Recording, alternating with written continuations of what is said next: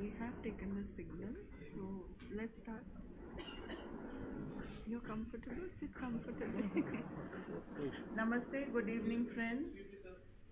On behalf of the Press Information Bureau, I'm very happy to welcome Mr. Chanchal Sarkar, Economic Advisor in the Finance Ministry in the Department of Economic Affairs. I request Mr. Sarkar to brief us about today's symposium and also to speak a few words about this fourth working group on global financial inclusion and its importance because it is also part of the Delhi Declaration which was announced recently. So I request the economic advisor to speak for a few minutes and then we'll throw the floor open for questions. I request all of my friends to please keep your mobiles on silent and also to introduce yourself and your organization when you're asking the question. Thank you. Thank you. Thank you very much and good evening to everyone. As you know that the fourth Global Partnership of Financial Inclusion G20 finance track meeting is being held here in Mumbai, 14th, 15th and 16th. Today is the first day where the side events were organized, which had the inaugural session and symposium. This symposium was on the digital public infrastructure for energizing the SME sector. It was a very important priority for the G20 GPFI, as well as I think most of you know about that leaders summit, which was adopted just a few days back. Also had quite a good number of paragraphs on SME sector, including digital public infrastructure's role in financial inclusion. So this DPI's symposium for energizing SMEs, there was distinguished speakers, which included Shri Ajay Seth, Secretary Economic Affairs, Ministry of Finance, then Shri T. Ravi Shankar, Deputy Governor, Reserve Bank of India, and Mr. Mohammed Gold, Vice President, International Finance Corporation, World Bank Group. The symposium centered around the vital theme of energizing MSMEs for higher growth through digital public infrastructure and credit guarantee program in the SME ecosystems were also organized. Also, additionally, the World Bank presented the G20 policy recommendations for advancing financial inclusion and productivity gains, which were also adopted in recent declaration, G20 Leaders Declaration. The presentation was made by the World Bank, and the meeting. We have seen the very high quality discussions on these two symposium, where it was highlighted how digital public infrastructure can contribute to the growth of SME sectors, and how SME sector, despite being the major contributor in terms of employment generation and opportunity creation across the world, more than 50% employment are generated across the globe by the SMEs, but yet they face enormous amount of challenge in terms of accessing finance. So these two events and symposium extensively discussed on those and how this can be overcome through use of digital public infrastructure like Aadhaar kind of digital verifiable identity, then low cost payment and the data governance issues, how this can be used across, giving the examples of India. And also we had seen the technical pilot exhibition of the ONDC of India and Proxtera of Singapore, how business can leverage from digital public infrastructure system. So, and the next 2 days, the main plenary will talk on the ongoing agenda that is there in the GPFI, which would include that discussion on the implementation of the high-level principles for digital financial inclusion. That would include, inter alia, that the remittances, the cost of remittances reduction, that updating the national remittance plan. As you know that GPFI and leaders have aligned its objectives in terms of reducing the remittance cost below 3% by 2030. And then various good practices on SME financing, SME finance regulations. And also there is an important symposium seminar on 16 on the how consumer protection and financial literacy can be enhanced through digital public infrastructure.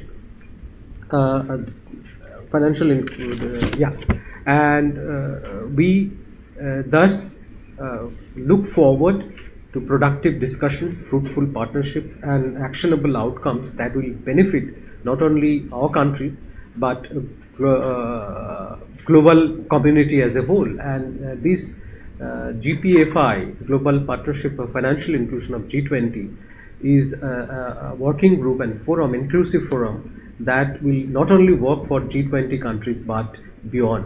So we look forward to have very productive discussions, and you all know that very important 2 documents have been produced under Indian presidency. One of them is G20 policy recommendations for advancing financial inclusion and productivity gains through digital public infrastructure, and another path-breaking new financial inclusion action plan for the 3 years starting from 2024 to 26. These 2 documents have been prepared under active guidance of India G20 presidency, and that was adopted and endorsed unanimously by all members, including our leaders. So with this, let me stop, and I can take questions. Thank you. So, Shama. So, Shama from Bhutan. So, this is an obvious question. Since the Delhi Declaration has already been accepted, how will the outcome from this particular meeting will be contributed to that particular declaration, and how are we going to take it forward? Should I take? You could explain there are 2 tracks. So this is the finance track, which concludes in Busan. Yeah, see, this is the 18th or 19th leaders summit. No? So one summit does not conclude this thing. So it is a continuous process. Like whatever we have agreed, it's not a one-day affair for financial inclusion. And it's various. G20 is a very organized structure, so it will organize its meetings and discussions as per the schedule. And so there is a working group, there is a ministerial deputies, and then ministerial, and then leaders. So therefore, like the whatever leaders asks us, mandate us to work, it is the leader they mandated us to work on these directions. So we'll be working, because we need to go, as I said, that remittance plan, countries to commitment that when we would reduce this remittance plan by below 3% by 2030. So therefore, like every year, countries would go back to their countries and update the national remittance plan. and report to the leaders. So it's not one day, it is a continuous process. And also finance track ministers are, the last ministers meeting is yet to be held in Marrakesh in October. So all those discussions would be reported to the wherever required to the ministers. Thank you. Sir, this is Sanjay from the BRICS India. I have just one question. In the new Delhi declaration has already been made. One of the important clauses in that about the financial inclusion, you talked about the action plan also. But it underlines the very interesting thing about how you reach out to the underserved, in fact, and those who are neglected class, particularly the individuals and MSME. So what kind of discussions we can expect in these 2 days of deliberations, and how it can be taken forward to change with this action plan? Can you just give some guidelines on that? As I said, see, there are globally 1.4 billion people are still unbanked even today, as per the latest figures. That is, and if you see the worldwide, around 55 to 60%, 60 countries are having the reasonably good payment systems, and more than a billion people do not have the identity, and the number is even more, any kind of identity. So and therefore what you said that many people are still excluded, that is precisely the reason we started working. What would be our priorities? What would be the contours of the financial inclusion action plan? What would be the contours of our presidency priority, which is G20 policy recommendation for advancing financial inclusion through digital public infrastructure? See the kind of, what are the digital public infrastructure? What are the characteristics? It is open, inclusive, interoperable, and scalable. It can produce results and capable of solving problems, societal problem at scale.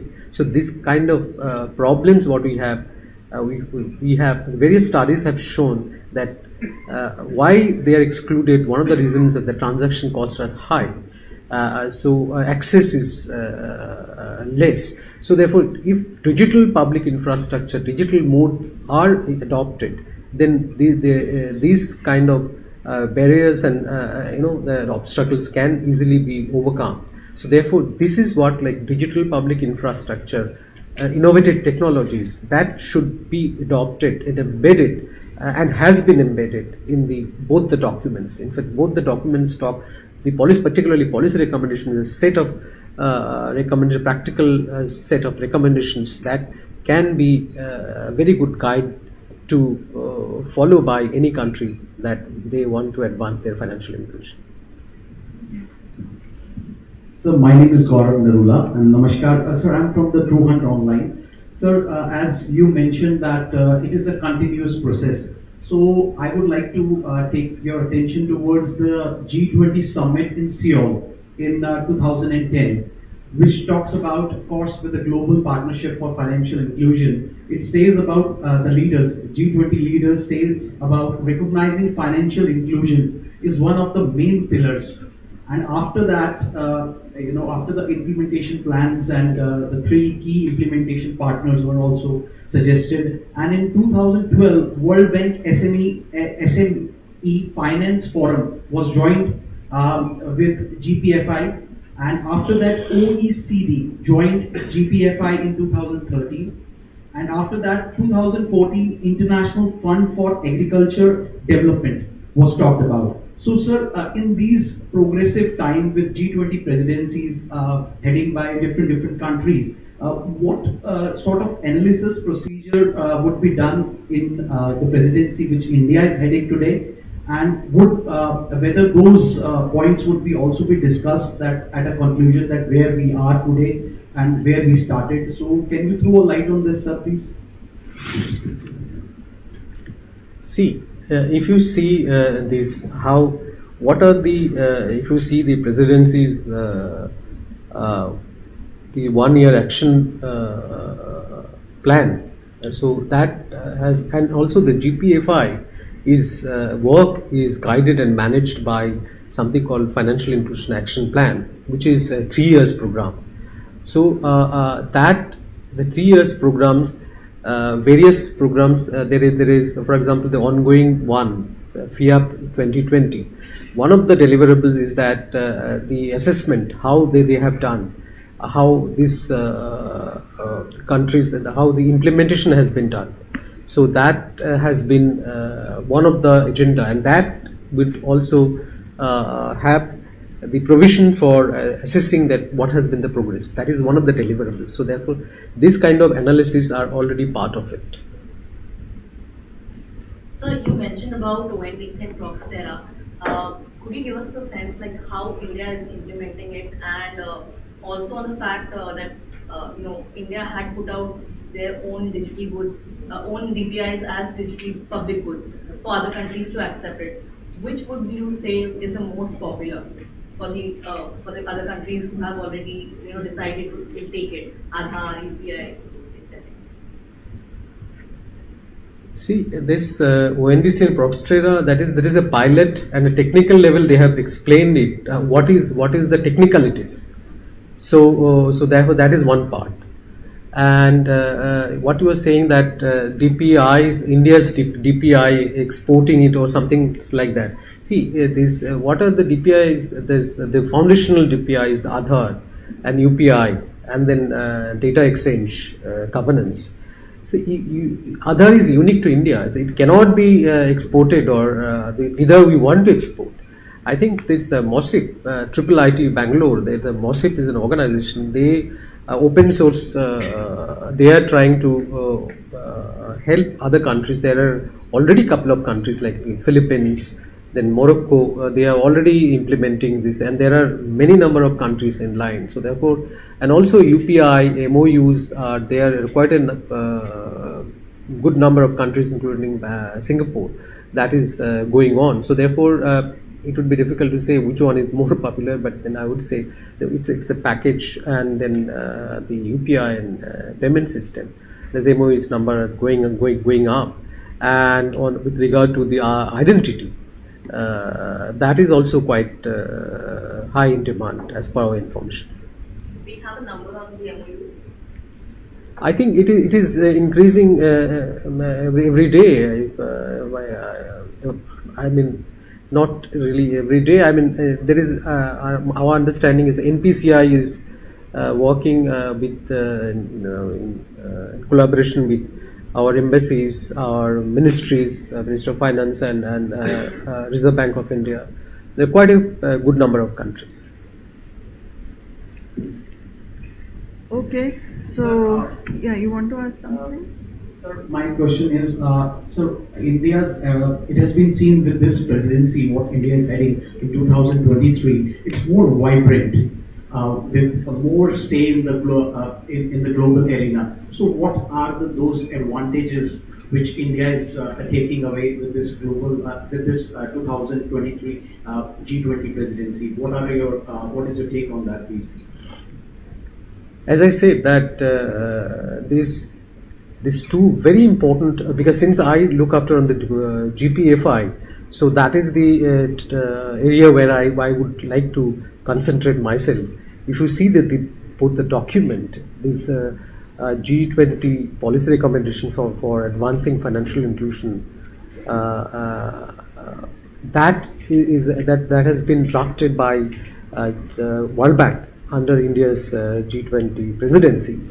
That is a unique, and for the first time this kind of documents have been adopted and unanimously.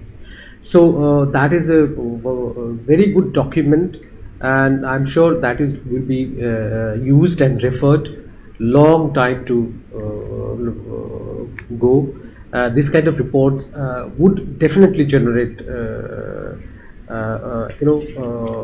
lot of demands for DPIs, and also the digital the financial inclusion action plan 3 years with 2024 to 26, that has very unique elements. For example, it has the vision of that, and this document talks about the universal financial inclusion for the first time.